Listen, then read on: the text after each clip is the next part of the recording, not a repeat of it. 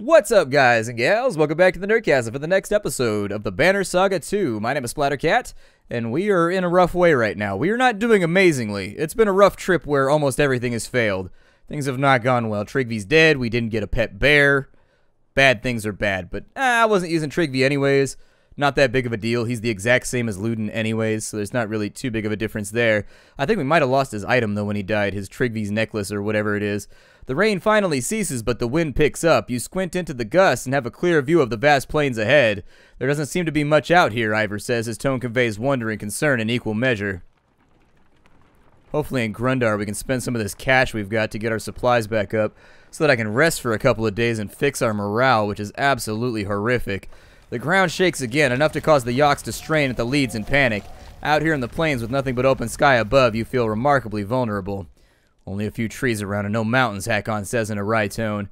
Looks like we only have to worry about the ground opening up beneath us. He shrugs at the look that you give him. I kind of wish, like, the morale falling every... almost looks forgotten by the rest of the world. Maybe those who live here have forgotten the rest of us, too. In a field just outside of Grundar, the caravan spots several creatures you assumed were myth. I don't believe it. Are those... Two horseborn hold simple bronze weapons and stand guard over a few others who look wounded and unable to rise. The size of the caravan makes them nervous. I've got to get a closer look. Aw, don't. This could get ugly. Maybe, but I've dreamed about meeting a horseborn since I was a girl. Oddleif walks slowly towards the strangers and you follow, showing no signs of aggression. They study you, but continue glancing around at the caravan, occasionally swishing their tails or tamping the ground with their hooves. I'm Oddleif, and this is Rook. We're here to help if you like. The male's tail swishes. You? Help. His voice sounds strained and his mouth moves uncomfortably around the foreign words. Yes, help. Oddleif steps aside as you wave to Avon for help. The female looks agitated and speaks in a long stream of consonants. The male responds to her, then turns to you. Help. Roek and others. I'll try. That's certainly a first. The standing horseborn step aside, allowing Avon to approach the wounded fighters. With Avon and Juno tending to the wounded Roek and other horseborn, the caravan settles down outside the scant town of Grundar. It appears the town is enjoying a small festival. Quite a few clansmen go over the hill to enjoy the sights and sounds, but soon return looking disappointed. They call us outsiders, a woman said. They don't want us interrupting their wheat harvesting festival, but the merchants don't seem to mind trading. The clansmen soon shrug it off and take renewed interest in the horseborn, some in awe, others in disgust. Well, that's what we need. We need the market, like, right now. Yup. Give it all to me. So we get 179 supplies. That takes us down to 31 renown, which leaves us enough. The Vox nuts. Apparently that's Vox's nuts right there. 3 break talent ranks plus 2 armor plus 2 break. That's pretty good too, but it requires level 8 in order to use it. A rare tuber found deep in caves which gives strength and dark visions when chewed raw. These are all pretty good. These are all really, really solid items. That one right there is pretty fantastic though, because that would take somebody like Gunnulf, and it would make him have 13 armor at maximum level, and it would let him break stuff. Or, I mean, it would just give it to Rook, and it would allow Rook to break armor, since that's what I've been using him for anyways. He could break up upwards of 8 or 9 armor. That would, like, single-handedly get rid of those shield guys. Worn by Valka Gauker, who feared fellow menders more than his lover's dagger. So you get plus 2 to all talents, and plus 1 will per turn. It's not bad. I'll take it.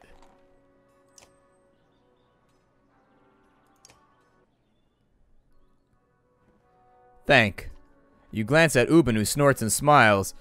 Skathok's thanking you for helping his friend, Roek. Deirdre is the other one, but she's not in a talking with Varl and humans mood. You're welcome. I'd like you to meet Hakon. Skathok's tail swats his flanks and he bows his head towards Hakon. Varl mans. Same herd? No, but we're no longer enemies. I haven't seen Horseborn in centuries. Last they knew, humans and Varl were at each other's throats. How do you know our language? Skathak just stares at you. You talk like us. Where did you learn? Heard little trade with mans and mud. I think he means our bog friends, the Cragsmen. What brings you so far north? Skathak looks confused by the question, so Ubim shows him a map pointing to Dalalond and Grundar. Food. Our planes, break? Hakon snorts. Might be justice. Didn't they kill all the horses, Scrivener? His ancestors did, yeah, but blaming folks for things that happened hundreds of years before they were alive, you may as well accuse the humans around us of starting the Great Wars. What happened to Roek? Roek, brave fighter. Protect food. Hit many times. Hit? Who was attacking? Skothak says many things in his other language. Tragnkanthe. His eyes go white and he stomps the ground before pointing west, and you look at Ubin. I don't have a clue, but they're clearly not friends. Was it the people here, in Grundar? Skothak looks where Hakon is pointing. He shakes his head, then points west again. The Varl King eyes Skothak suspiciously. Have you found the food you were seeking? Enough for time, my guess. 2 others take to herd in south. His hoofs scove the ground during certain words. Just those 2. What about you and the couple? Skothak Roek. Dirge Rio stay. This herd help. We help this herd. Okay, well, thank you. Skothak nods in a movement that uses most of his upper body. Man, Varl. Horseborn. Same herd. Funny. Ubin chuckles as the group separates. This is quite a weird collection, I guess. What's up with these yellow guys along the edges of the map here? It makes me feel kind of nervous. We got wounded people. I'm going to give them a couple days to rest and get their morale back. Morale's looking pretty good, and I think we're getting some kind of bonus for being here and getting morale. Does the market restock at all? It does not. Okay. The blonde axeman of the 2 twins from the small village near Skoger is chopping into a fallen tree for no apparent reason. His swings look dangerous. Hogan, is everything all right? He glares at you. Where's your brother Mogan? He left with the Ravens, and I'm wondering if I should have done the same. Why is that? I've been following your lead for a long time now, and for what? My brother's gone, my wife and children are frightened of everything around them, including me. I tell them this constant fighting is only for a time, but it's changing me, and I see it in their eyes and my own reflection. I thought I was doing it to protect them, but if they think that I'm a monster, what's the point? What do you want to do? I'm torn, but I think it's good for me to be out there fighting. It makes me feel alive, like I'm doing something, but I know my wife worries. Her father was consumed with raiding, felt useless when he wasn't fighting. He died soon after she was born. Depps, you make big decisions every day. Just make this one for me, will you? Well, if you want to keep fighting, then keep fighting. We need to keep everyone safe, not just your family, but all the families. Make things right with your wife and kids in Arborang. The axeman looks somewhat relieved, if not a bit guilty. A few more fights, then. Thanks, Rook. Something like this makes me glad we crossed paths when we did. I mean, he's a warrior. Warriors are meant to make war. I mean, some people got it in their blood, that warrior gene. Like, I know he feels torn right now because it's separating him from his family, but he leaves, we lose a soldier. A good soldier. A soldier who's helped us fight all the way from the east all the way to the west. A soldier, if not for whom, maybe many, many more families would be dead right now, you know? I feel like taking him off the battlefront because he wants to be there is taking away his purpose. There'll be time to look after his family once more peaceful times come, but now is not those peaceful times, you know? I'm going to try and get us up to really, really good morale, and then we'll leave. That leaves us with a couple weeks' worth of supplies. Now that Roek's had a chance to heal, 2 of the Horseborn are heading south to deliver some supplies to their people. What crazy ideas in your head, Scrivener? With the world falling apart around us, there may not be another chance to trek down south. I don't want to lose Ubin. He's one of the oldest Varl. He needs to stay safe. The world is breaking. Listen to yourself. I don't expect a human to understand, but a Varl as old as me has more important goals than just staying alive. What about that competition you Varl have for who lives the longest? I've always understood the rules to mean you're actually doing something, not holing up somewhere safe. Besides, my guess is Snorri didn't make it out of Grafheim when the Sunder attacked. I might already be the winner. And it doesn't sound like I can change your mind. There's not a rock in the land as hard-headed as me, so don't waste your breath. You taking your hired muscle with you? I'd feel better if Gunnel stayed with all of you. That blade of his is sure to attract the wrong kind of attention. Wrong attention might find you anyway, then who's going to protect you? I'm old, but I'm not an idiot. I've learned a few tricks to keep my head on my shoulders. The younger Varl shrugs and walks off to find food. And be safe, Ubin. Join us again if you can. You know where we're going.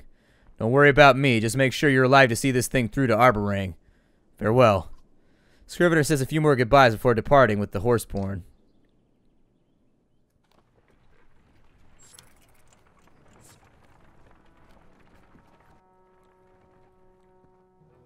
The governor catches up to you and asks for a moment of your time.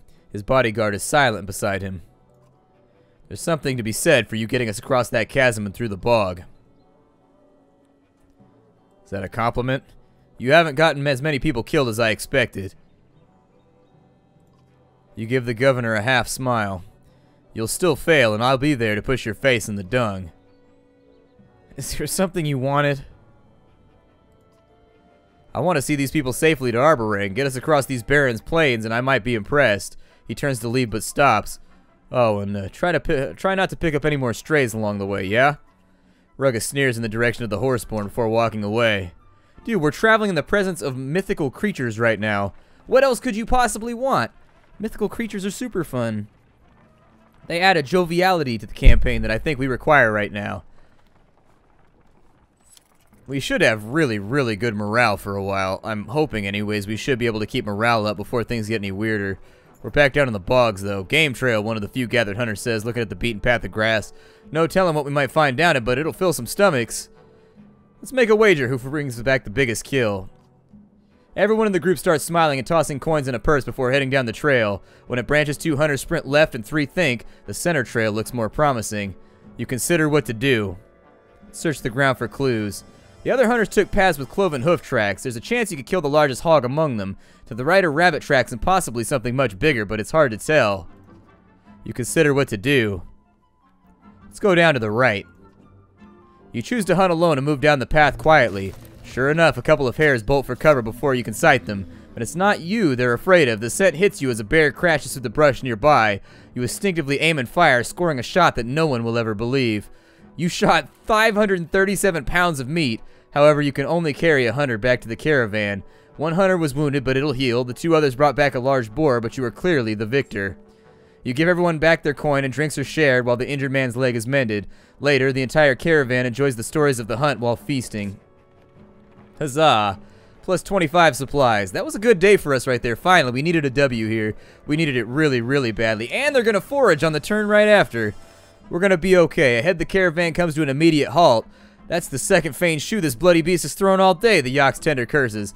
It'll take some time to see to the Yaks, so you call for camp. Hunting was dangerous back in the day. I don't know if you ever think about this, but hunting back in like medieval times and like Middle Ages and even up till now, I mean, hunting can be dangerous if you're not careful. A boar can kill you just as easy as anything else. But there was a scene in the show, The Outlander, that I watched where they go boar hunting and they end up getting somebody killed during the boar hunt. And I very much like that scene because it shows that when you go out with boar spears to hunt, this was a dangerous thing back in the day. This, like, every time you went out to get dinner, you could die and not come back. Later on, they did it for sport, which is even crazier. You're just doing it for fun. But, I mean, when it comes down to food, you could die just as easily as the boar might if you're not careful. You want to try and kill a rampaging 200-pound boar with a spear? Those things get hella big. Boars are crazy. We have them around here, and it's generally accepted that you do not mess with boars, not unless you've got a very large caliber weapon. While most of the clansmen sleep or lose themselves in drink, Juno requests a moment to speak with you alone. You're holding things together remarkably well. You sound surprised. When I first looked in your mind at Borsgard, I knew you would do anything to return to Alette. Her death and some of the greatest people in our history have gone mad at the loss of loved ones. You say nothing but continue to look at the Valka. You're not insane, Rook. You're experiencing tremendous amounts of grief and still managing to lead the caravan. That is something to be proud of. Juno patiently awaits your reply. Why? Why is this caravan so important? This journey is forging them into what the future will require. The era of peace is over and one of survival has begun. Arborang may be the best shelter for the coming storm, but the people there are soft, too dependent on a society that will no longer exist. Because of the dredge? Partially, but mostly because of coming darkness that is pushing the dredge. You mentioned it, but I don't see it. You've seen the signs of its coming, dredge in numbers, the land breaking apart. It is a force unlike any other. I wish I could say more, but even the Mender Council is ignorant to this. What's your part in all of this? The Valka grows silent, looking down for a long moment before answering. My role has many names. Instigator, Catalyst, Mistake. But you and I are both fledglings in what is required of us, what we must do. You didn't actually answer me. Because honestly, I don't know how. Only the future will tell if my role is villain or hero. Anyone here could do what I'm doing. Juno's smile is one of sadness and harsh realities. Not anyone, but yes, possibly others. It's why I've been watching you. If you no longer seemed worthy, you would be replaced. You act like I have no say, then why aren't you leading instead? A Valka's life is one of knowledge and secrets. We help when and where we can, but it rarely amounts to trust from others. Those clans joined your banner out of hope. They would follow me out of fear. If they end up in Arborang either way, what's the difference? Who they are when they reach Arborang is exactly why they are important. Fear will soon spread like flames across dry tinder in that town. Without this caravan's hope, all will be consumed and burned to ash.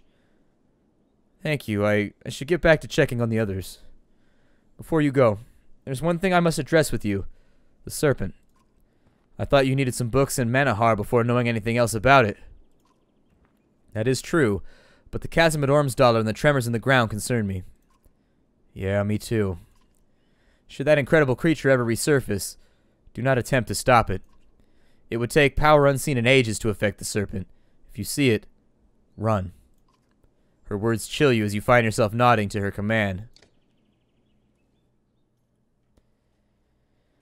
Alright, well, is there any more training we can do here? Plenty. Let's try to keep up. He wants my last lesson to soak in. Okay, so it looks like we're out of our bonus renown for right now, so let's stay on the move. We've rested for a bit. People are ready to go, I think. We've had a pretty successful trip in the last couple days. I don't want to jinx it by getting too positive. A group of 24 humans, thin and dirty, step off a rough path to let the caravan pass. Please, a young girl says. Anything to eat? Her mother, eyes averted, pulls the girl by the arm to silence her. Why are you all out here? Homes were burned, a man says, coughing. Cowards didn't even show a banner. Now we're just trying to get somewhere safe to start over. You can join us if you'd like. Worried glances are exchanged among the group until a man says, better than us starving out here on our own. They all tend to agree and thank you, joining the rear of the caravan. Hopefully it's not a trap, but frankly we've been losing men left and right, and so I'm trying to get somebody back to Arborang. We're barely a 1,000 people anymore. Lundar. You notice the archer Nid because she's standing perfectly still looking out into the distance. Let me guess, you see more grass. When she turns to you, she's not smiling. Dredge, she says quietly. How is that even possible, you ask, knowing better than to doubt her sight. I doubt we lost them at the chasm. You make out a dust cloud on the horizon, which means you can make out one, which means they can make out one produced by your caravan, and it's heading the same direction as you, towards Lundar. The Valka walks to your side and says, I was afraid of this, the cracks in the ground along the Estway Road. It's like that damn crevice at Sigurholm all over again. The dredge were just pouring out of it. Does that mean they could, Juno finishes your question, appear almost anywhere? Yes. But let's not panic the caravan. Just keep moving. Oh, yeah, there it is right there. Oh, never mind. I thought that was the cloud. I'm like, wow, that's a pretty big cloud that they're kicking. It's a little concerning. I hope those aren't them right there. Lundar, the archer's haven. Home to the finest fletchers in the world. Though it appears beset with war.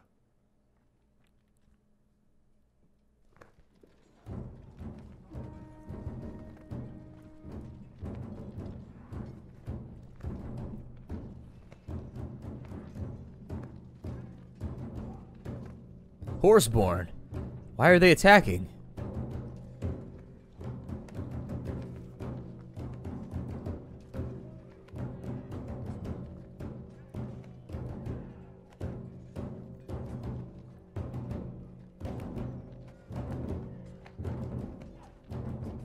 Looks like dredge are hitting the town too.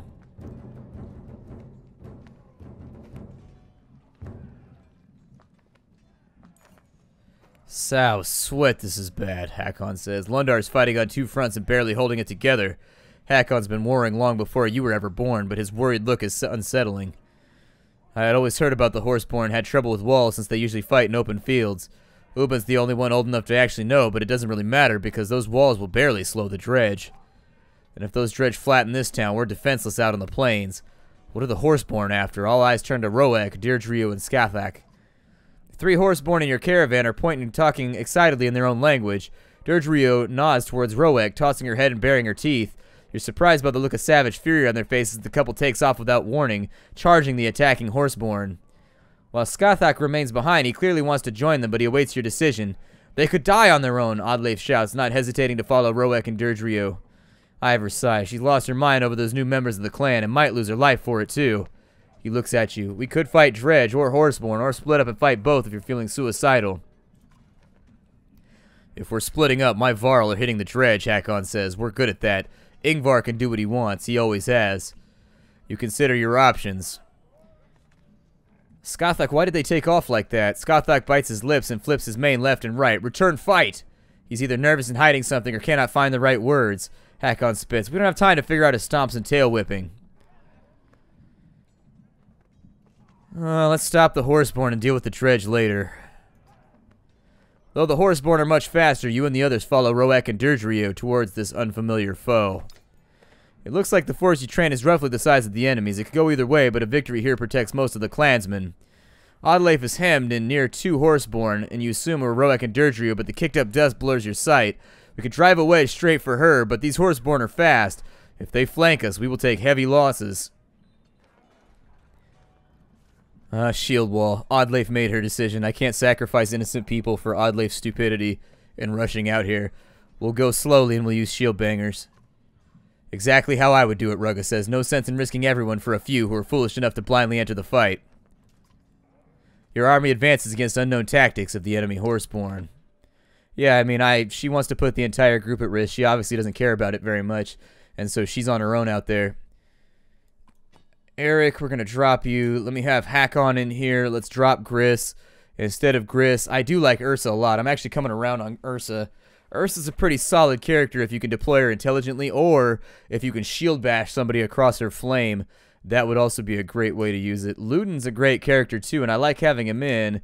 What can I do with her to promote her right now? She's not very strong at the moment. For 7, I can get her to...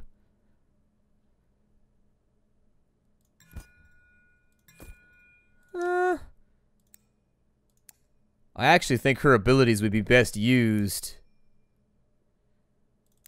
She needs willpower. Like, she's a willpower character, and so stacking up her willpower seems smart. She's at level 4. Gunnulfa's at level 4. We could take him up to 5 for 9 renown. Could take him up for 15, but I don't know. Where is Mogir? Let's say I'm missing somebody right now. I thought our group looked a little bit too satisfactory. We're up against a mobile army.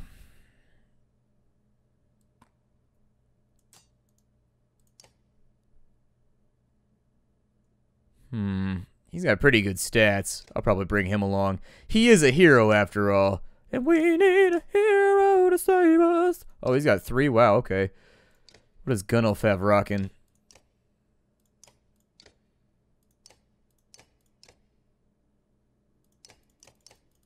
Nothing that I really want him to wear.